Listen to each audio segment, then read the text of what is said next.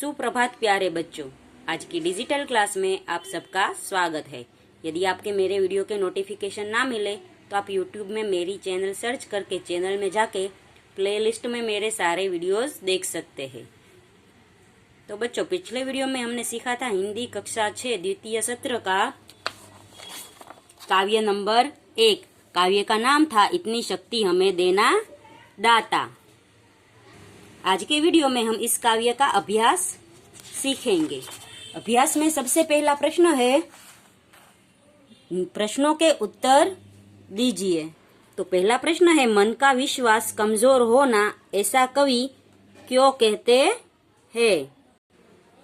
तो मन का विश्वास कमजोर होना कवि इसलिए कहते हैं क्योंकि यदि हमारे मन का विश्वास कमजोर हो गया तो हम वो हमारा ध्येय प्राप्त नहीं कर सकते और हमें जो दुख मिले और वो दुख सहन करने की शक्ति हमें नहीं मिल सकती। इसलिए कहते हैं कि मन का विश्वास कमजोर होना, हमारा विश्वास जो आपके ऊपर है वो विश्वास हमें है वो हमेशा आप पर रहे ऐसा कवि कहते हैं। दूसरा प्रश्न है, धरती पर हर तरफ क्या है, क्यों है? तो धरती पर हर तरफ जुल्म है, बेबसी है और हर आदमी है वो सहमा सा है। क्योंकि एक आदमी है वो दूसरे आदमी पर भरोसा नहीं कर सकता, क्योंकि यहाँ पर हमें पता नहीं कि दूसरा आदमी कैसा है, जुल्मी है, हमारे ऊपर हमसे कोई दगा करेगा या हमारा कोई बुरा करेगा, ऐसा सोच के हर आदमी है वो डरा सा है। तीसरा प्रश्न है, हम जगत में क्या अर्पण करना चाहते हैं, क्यों? तो हम है वो यही सोचते हैं कि हमें क्या मिला है ये नहीं सोचना, और हम है वो दूसरों को क्या दे सके, दूसरों को क्या अर्पण कर सके ये सोचना है। हम है वो सदा है वो सभी को खुशियों के फूल दे, यानी सभी को है वो खुशी दे, किसी को हमारे वजह से दुख ना मिले। यदि हम ऐसा करेंगे तो हमारा जीवन है सबका वो भी एक उपवन की तरह बन जाएगा। आगे का प्रश्न है, हम सभी को क्या बांटना चाहते हैं, क्यों? तो हम सभी को है वो फूल रूपी खुशियां बांटना चाहते हैं, जिससे सबका जीवन है वो मधुबन यानी बगीचे की जैसे बन जाए। आगे का प्रश्न है, सबका जीवन भी बन जाए मधुबन का भावार्थ क्या है? तो सबका जीवन भी बन जाए मधुबन का भावार्थ है कि सबके जीवन में है वो जैसे बगीचे में फूल खिलते हैं, इसी तरह सबके जीवन में भी खुशियां ही खुशियां मिले, किसी के जीवन में दुख ना मिले। बगीचे में जैसे फूल लहराते हैं और फूल को देखकर हमें जैसी खुशी होती है, तो ऐसी ही सबका जीवन भी बगीचे की तरह बन जाए, जिसके जीवन में कोई भी दुख ना हो। आगे का प्रश्न है, नीचे दिए गए खाली स्थानों में उचित शब्द भरिए, वाक्यों को पूरा कीजिए। तो पहला है, राधा पढ़ने में तेज है लेकिन खेलने में नहीं। तो ये कह सकते हैं कि राधा है वो पढ़ने में तेज है लेकिन खेलने में नहीं।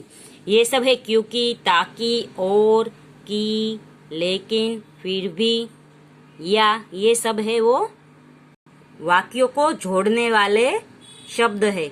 ये शब्द हम लगाएंगे तो दो वाक्यों को हम है वो जोड़ सकते हैं। दूसरा है, रोहित बहुत तेज भागा क्योंकि वह गाड़ी पकड़ना चाहता था। तीसरा है, सुरेश को बुखार था फिर भी वह स्कूल आया। आगे का प्रश्न है, मैं समझाता हूँ कि वह क्या चाहता है। पांचवा है, आप चाय पसंद करेंगे या कॉफी? मैंने सुबह ही पढ़ाई कर ली ताकि शाम को खेल सकूं। फिर है, अध्यापक रुक गए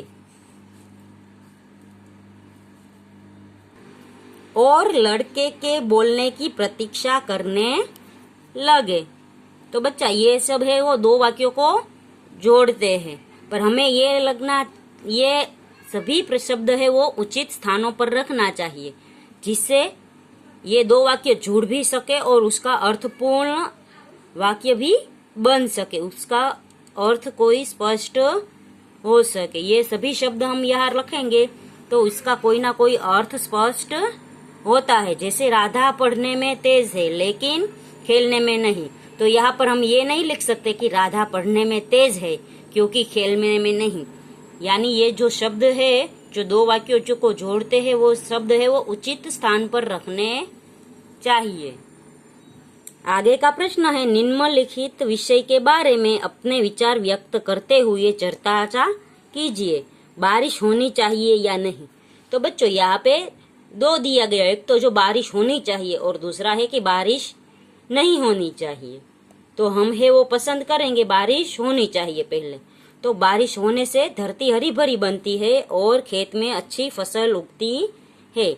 यदि खेत में अच्छी फसल उगेगी तो ही हमारे घर तक फसलें पहुंचेगी। जैसे साग सब्जियां है वो खेत वो उगती है तभी हमारे घर तक पहुंचती है। यदि बड़ी बारिश नहीं होगी तो सब है वो बंजर बन जाएगा और किसी की भी खेती अच्छी नहीं होगी, सबकी खेती है वो नष्ट हो जाएगी और दुष्काल पड़ जाएगा। यदि ऐसा हुआ कि बारिश नहीं हुई तो हमें वो खाना भी नहीं मिल सकता। इसलिए बारिश होनी बहुत जरूरी है। यदि बारिश होगी तो हमें पीने का पानी भी मिलेगा। अगर बारिश नहीं होगी तो हमें पीने का पानी भी नहीं मिलता। कुछ गांव की स्थिति तो ऐसी है कि उसको पानी है वो दो तीन मील चलकर पानी मिलता है। इसलिए बारिश होनी अत्यंत आवश्यक है। बारिश होने से ही यहाँ पर है वो हरा भरा खेत होगा और उस खेत से जो आएगा अनाज वो हमें खाने को मिलेगा, जिससे हम है वो हुष्ट पुष्ट और अच्छे स्वास्थ्य वाले बन सके। आप सबको पता है कि हमारा देश है वो खेती प्रधान देश है। हमारा देश है वो किसानों का देश है। इसलिए किसानों के लिए तो बारिश है वो अत्यंत जरूरी है। यदि बारिश नहीं होगी तो उसकी फसलें है वो सूख जाएगी। फिर दूसरा है कि बारिश नहीं होनी चाहिए। तो उससे हम बोलेंगे बारिश होने से कीचड़ होता है, गंदगी फैलती है, बीमारियां बढ़ती है। तो जो बारिश ज्यादा होती है तो हम है वो लीला यानी हरा दुष्काल पड़ता है। जो ज्यादा बारिश होगी तो खेत में ज्यादा पानी भर जाएगा और खेत के फसल की भी नुकसानी हो सकती है। यानी ज्यादा बारिश भी हमारे लिए नुकसानकारक है और कम बारिश भी हमारे लिए नुकसानकारक है। ज्यादा बारिश होगी तो नदियों में ज्यादा पानी आएगा और पूर भी आ सकता है और नदी के आजू बाजू के गांव में है वो सब नष्ट हो सकता है। इसलिए हमें चाहिए कि ज्यादा बारिश ना हो और बारिश कम भी ना हो। बारिश का संतुलन है वो बना रहे। इसके लिए हमें क्या करना चाहिए? इसके लिए हमें है वो वृक्ष लगाने चाहिए, पौधे लगाने चाहिए। तो बच्चों इस वीडियो में हम है वो तीसरे प्रश्न तक सीखेंगे। अगले वीडियो में हम चौथा प्रश्न सीखेंगे। तब तक के लिए गुड बाय, टेक केयर।